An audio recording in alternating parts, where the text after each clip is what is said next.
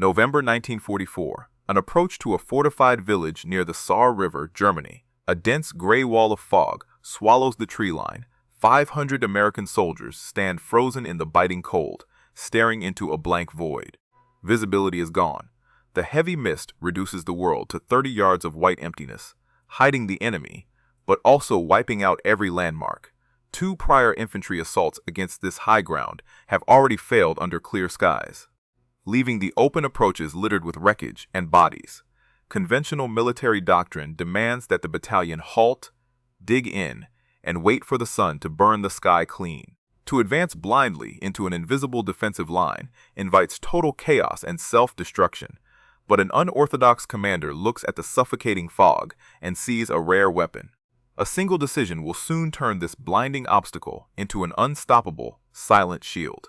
This is the story of how a brilliant commander used a thick blanket of weather to completely blindside an entrenched enemy and seize a critical stronghold.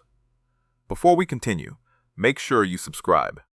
We tell the World War II stories that show the moment when the battlefield decides who lives.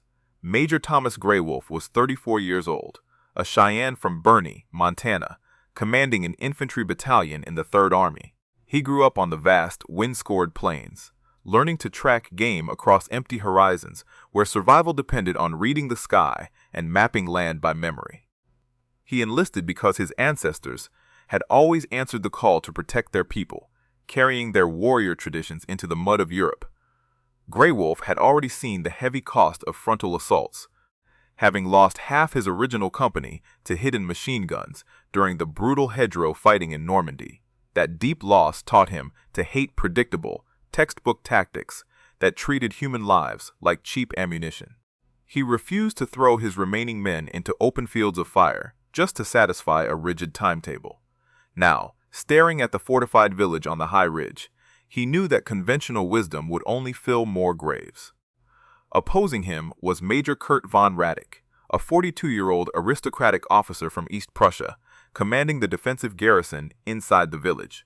Von Radek was a product of the old imperial military caste, raised on a sweeping family estate that boasted a 400-year-old coat of arms.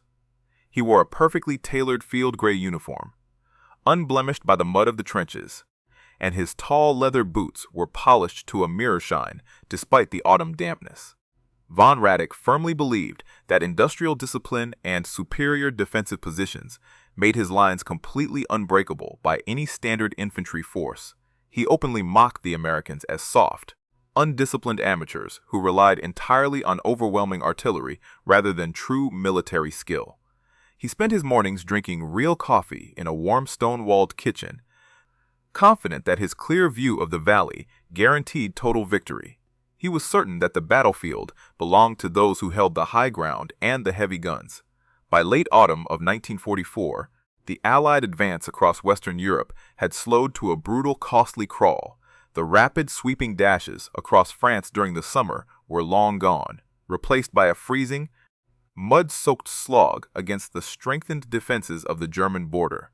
Supply lines were stretched thin across hundreds of miles of liberated territory, and ammunition shortages routinely forced artillery batteries to ration their daily fire. The German military had consolidated its remaining forces into heavily fortified strongholds, leveraging every river, ridge, and stone village to exact a terrible price for every yard of ground. Along the Saar River, the terrain heavily favored the defenders, who used the high ground to establish overlapping fields of fire that could rip open any advancing formation. Many senior Allied officers, facing exhausted troops and dwindling replacements, routinely chose to delay difficult operations, opting to wait days or weeks for clear skies and heavy air support before risking an infantry assault. These cautious pauses often allowed the enemy to reinforce their lines, turn simple villages into fortresses, and dig deeper into the frozen earth. The pressure on battalion commanders was immense, as high command demanded forward progress, while the reality on the ground offered nothing but hazardous, exposed avenues of approach. Across the sector, numerous minor units had been shattered trying to execute traditional frontal attacks against positions that possessed a complete view of the valley below. In this environment of grinding attrition and stagnant lines, Standard textbooks offered few answers for commanders facing entrenched machine guns and zero visibility. The tactical gridlock had paralyzed the advance for nearly a week, turning the small valley into a shooting gallery for the German spotters. Now, the sudden arrival of the dense white fog completely changed the calculations on the field, forcing a choice between dangerous inaction and a highly unconventional gamble. Inside the battalion command tent, Captain Robert Vance, 26, from Columbus, Ohio, reviewed the updated tactical map with a worried frown. He stepped outside and found Major Greywolf standing quietly by a communications jeep, watching the thick mist roll through the valley. Vance adjusted his heavy wool overcoat against the damp chill and cleared his throat. "We cannot send the men up that ridge in this soup, Major." Greywolf did not look up from his compass. "The fog is our only chance, Captain." "It is a complete violation of basic field doctrine," Vance said, stepping closer. "We cannot see our own flanks, we cannot coordinate our fire support, and the companies will lose their bearings within 50 yards. "The Germans cannot see either," Greywolf answered softly. "Their spotters are blind. They are dug into solid stone basements with pre-registered lanes of fire," Vance argued, shaking his head. "If our lines fracture in the dark, we will end up shooting each other before we even reach the perimeter. High Command expects us to hold position until the weather breaks." "High Command is not standing in this valley," Greywolf said, turning to face him. "If we wait for a clear sky, the German artillery will rip us to pieces the moment we step into the open. We move now." Vance tightened his grip on his clipboard. "The men are exhausted, Major. They need visibility to fight." "They need to survive," Greywolf said. "Gather the company commanders immediately." 10 minutes later, the 3 company leaders stood in the damp grass, their faces pale under their helmets. Greywolf looked at each of them, his voice calm and steady. "We attack through the mist," the major told them. "Navigation by compass bearing only.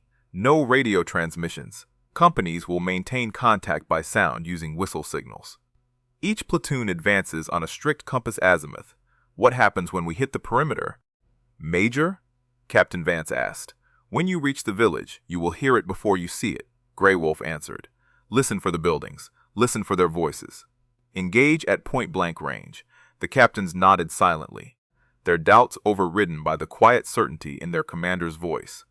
They went back to their units, passing the word down the line in hushed whispers. By midnight, a detailed tactical summary of the unorthodox plan was sent up the chain of command. The report reached Patton within the hour. Patton arrived within the hour. His open-top jeep pulled up to the battalion command tent.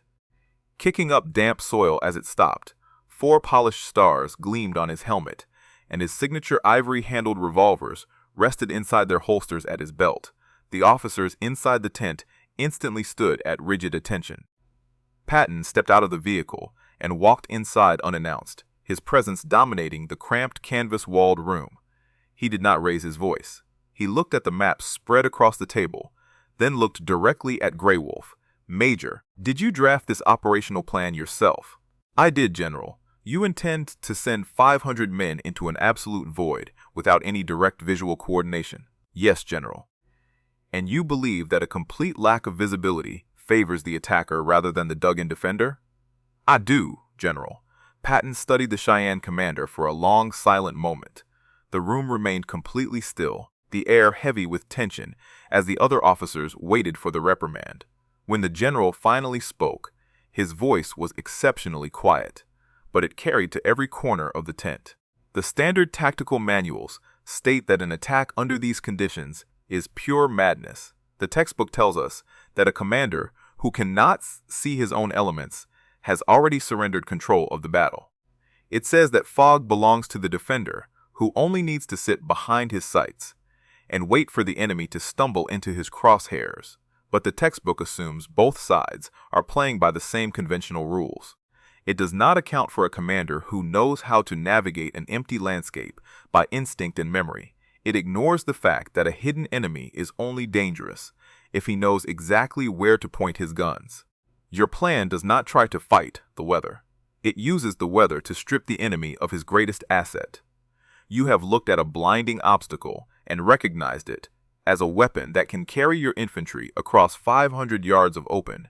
deadly ground, without losing a single man to observe fire. You have a choice. You can execute this assault exactly as you have designed it, or you can wait for the sun to come out and watch your battalion get slaughtered on that hillside. You move at dawn. Prove to me that your instinct is sharper than their concrete. Grey Wolf saluted. Patton turned and walked back to his jeep without another word. At exactly 0600, 500 men moved forward into the freezing white void. The silence was absolute. No one spoke, and every piece of metal equipment was wrapped in cloth to prevent clicking. Major Grey Wolf walked at the head of the center formation, his eyes locked on his lensatic compass, counting his paces precisely in the dark. The soldiers could not see the men 10 yards to their left or right, holding onto lengths of rope to maintain their spacing as they drifted up the steep incline. At 0625, the lead elements suddenly heard the low murmur of German voices through the gray mist. The enemy sentries were standing near a stone wall, casually talking and completely unaware of the massive force closing in on them. The first American shots shattered the silence at 15 yards. The Germans, who had spent days preparing to see and destroy an attack from 500 yards away, were instantly overwhelmed by shadows emerging from the fog. The combat was brutal, fast, and intensely personal. Men fought from room to room and basement to basement by the sound of boots and muzzle flashes. By 0700, the German garrison was broken, and the fortification was completely captured. When the sun finally burned the mist away at 0730, it revealed a secure village that weeks of clear sky planning could not take. Major Thomas Grey Wolf returned to Burney, Montana, after the war concluded. He quietly took over his family's cattle ranch, working the vast, open pastures under the big sky, just as his ancestors had done for generations before him. He never boasted about his tactical decisions in Europe, but he kept his wartime lensatic compass on his desk until the day he died in 1983. The men he led through the blinding mist always remembered his quiet confidence during that freezing morning on the ridge. Major Kurt von Radek spent 3 years in an Allied prisoner of war facility before being repatriated to a completely altered Germany. His family's ancient estate in East Prussia was lost entirely, confiscated during the massive restructuring of post-war borders. He spent his remaining decades living in a small, cramped apartment in Hamburg, working as a clerk for a shipping firm until his death in 1969. He remained bitter about the sudden collapse of the old military order, often complaining to his few remaining associates that the Americans had achieved victory only by abandoning civilized field doctrine. General Patton recorded a brief, unvarnished summary of the river operation in his personal diary that very evening. He noted that the entire tactical success proved that true military genius relies heavily on reading the field rather than blindly memorizing old regulations. He remarked to his staff officers that a genuine warrior uses the elements to destroy an opponent's arrogance. Some historians have argued that executing a full battalion assault through a blinding fog was an unnecessary, reckless gamble that violated the core principles of safety and command control. They point out that a minor navigation error could have easily resulted in total disaster, leading to heavy casualties from friendly fire or a complete collapse of organizational structure in the dark. Others have argued the opposite, defending the operation as a brilliant demonstration of adaptive field leadership that correctly identified a rare tactical opening. They maintain that true flexibility requires a commander to exploit the environment whenever conventional avenues are completely closed.